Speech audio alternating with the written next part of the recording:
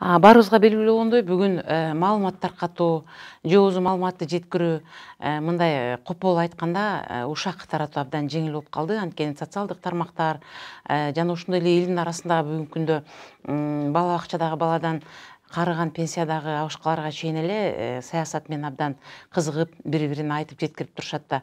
Бүгүнкү социалдык тармакта эң элдин бүйүрүн кызыткан нерсе бул деген жаңы келаткан биримдик партиясы болуп жатат.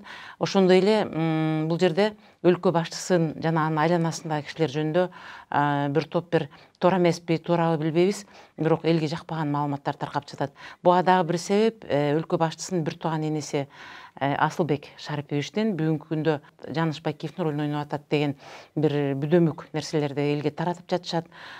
Бул нерсеге менимче ушул саясатчы катары, иштин көзүн жакшы билген адам катары сиздер бир сереп салып айтып турушуңуздар керек деп ойлойм. Чындыгын, эгерде бул чын эле ушундай аралашып жаткан болсо, аралашып жатат деп. Же болбосо сиздин байкашыңызча бул нерсе кандай болуп жатат?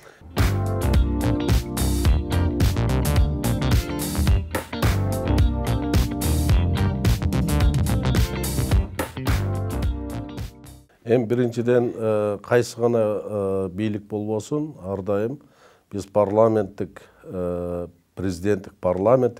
башкаруу болгондон кийин бийликтин өзүнүн партиясы өзү мындай ошол көпчүлүктү түзгөн партияны алып чыгууга, талоого укугу бар да. Ошосу кандай мисалы өткөндө СДПК партиясы көпчүлүктү түзүп, Атамбаевдин учурунда бардык бийлик бутактардын бардыгы СДПК партиясынын мүчөлөрү болгон, туурабы? Бул деген ошол мезгилде жоопкерчиликти алып, ал эми Атамбаевдин учурунда күчтүү партиялардын, ошого мындай сын пикир айта турган партиялардын көпчүлүгү куугунтукка алынган. Алардын бирден бир болуп, Ата журт партиясынын 16 депутатын иш козгоп, куугунтук болуп, анын лидерлерин түрмөгө отургузуу менен, бул боюнча Текебаев ачыгын эле айтпадыбы, биз сүйлөшүп, ушул Ата журтту талкалоодо, Ата журтту куугунтуктаганда кандай ыкмаларды колдонгонун ачык айкын айтты да. Ал эми бүгүнкү күндө бийликке ар дайым сын пикир айтылат. Бирок ошол сын пикирдин бардыгы чындык гана болуш керек да.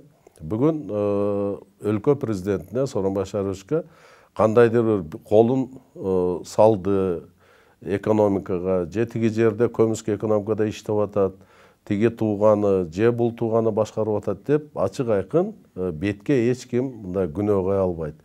Ошонун негизинде, тегерегинде ар кандай ушак сөздөр чыгарганга аракет кылып атышат да, себеби бул саясий оппоненттердин жасаган иши. Ал эми Асылбек Шарипович боюнча алсак, ал киши Сооронбай Шарипович президент болуучан эле 2 чакырылышта төрага болуп иштеди. Саясатта өзүнүн орду бар, буга чейин депутат эле болгон.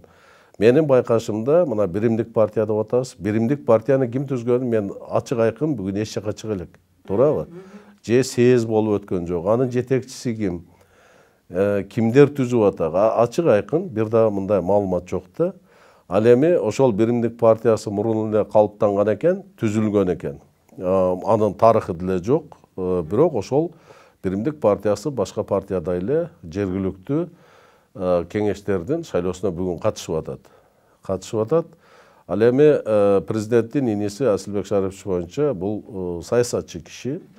Менимче бул кишинин бүгүнкү күндө ушул парламенттин иштерине деле активдүү катышпаганы, бул ошол агасына көлөкө түшүрбөө. Бул эми болгон маалымат, чындык да, көлөкө түшүрбөө үчүн. Анан Асылбек Шарипович Жээнбеков паланчаны чечип атыптыр деген мен деле угуп элекмин. Же кадр маселесин, же болбосо түздөн-түз кандайдыр бир иштерге кийлигишүүсүн мен мындай ачык айкын көрө элекмин да. Наоборот, ал киши менен биз жаңкы төрагалар советин түзгөнбүз, кеңешмесин. Ал кеңешмеде дагы ал ачыгын эле айтат, мен эч мындай президенттин ишине кийлигишүү же кандайдыр бир, эгерде биз ой пикир айтсак, мен депутат катары айтканга айтып барам сиздердин, ал жерде депутаттар дагы бар да, Дастан Жумабеков келет. Алар өз пикирин ушул төрагалар кеңешинде айтылган нерсени биз парламентте көтөрөлү, ушуну айтып чыгайлы деп, как депутат катары айта алышат да. Ошо төрагалар кеңешинин тизмесинде Өмүрбек Чиркешевич, ал киши барбы, ал киши катышабы? Эми төрагалардын бардыгы бар, жөндүү себептер менен бир экөө катышпайт. Жөндүү себептерден биз аны түзүп баштаганда Текебаев камакта болчу. Ошон үчүн соттошуп жүрөт. А так биздин эч качан тиги катышсын же бул катышпасын деген бөлүнбөйсүздөр, Мына бүгүн баарыбыз күбө болгондой өлкө башчысы кайрылуу жасады. Кайрылуу десек да болот, муну бир отчет деп айтсак да болот, же болбосо ошол өзү иштеген учурдан бери биздин өлкөдө жасалган иштер боюнча бир маалымат берип кетти. Бул маалыматты ушул пресс конференция өткөрүп, ошол жерде дагы бир сыйра айтылды эле. Бирок Өмүрбек Чиркешевичтин пикири боюнча бул иштин бири дагы өлкө башчысы аркылуу жасалган эмес, мунун баарын премьер-министр жасалган.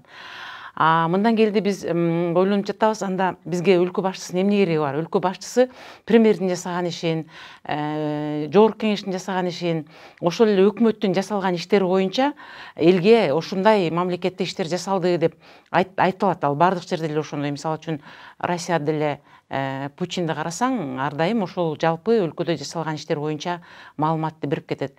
Эгерде биз ал иштин баарын премьер-министр жасады деп ойдо калып атсак, анда бизге анда өлкө башчысынын эмне кереги бар? Анда премьер-министр эле башкара бербейбиз? Эми биз мындай да, биз парламенттик өлкөбүз деп айткан менен, ошол Текебаевдин айтканы менен, бирок турмушта и конституцияга ылайык президентти бүгүнкү күндө эл шайлап атат. Эл ошол анын программасына, анын жоопкерчилигине, ушуну аткарам дегенине карап туруп эл шайлап атат. Ошон үчүн бул жерде негизги жоопкерчиликти түзгөн президент болуп бүгүн эсептелет. Себеп дегенде элдин алдында жооп бере турган бүгүн президент. Мамлекеттин келечеги үчүн, мамлекеттин өнүгүү өсүшү үчүн. Ал эми эгерде биз ошол мезгилде, эгерде ушу убактылуу өкмөт, ошол эле Текебаевдар учурунда парламенттик башкарууну толук кандуу киргизгенден кийин, анда президентти парламент шайлай турган кылганда, анда президент кийлигише албайт эле. Бүгүн президенттин кийлигишип, бардык иштерге көзөмөл салып алып барып аткан негизи элдин бардыгы президенттен сурап атат.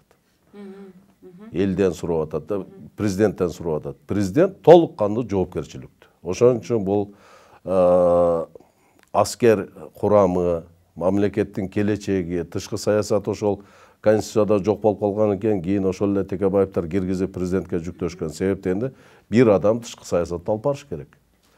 Бир адам алып барыш керек. Эгерде андай болбосо, анда президентти эл шайлабаш керек эле, парламент шайлаш керек эле. Мына Европа өлкөсүндөгүдөй, Англиядай жана башкада бүгүн шайлап аткандан кийин толук кандуу президенттин элдин алдына жоопкерчилиги бар. Эми ал сын пикир айтыла берет. Сын пикир айтылат, жоопкерчилик бир адамда. Мамлекеттин кепилдиги жакшы болсо дагы, ал кишинин көпчүлүк жакшы жагын анда бардык саясатчылар айтат, биз жасап атабыз дейт. Жаман болсо жалгыз бир адамга келип тиет.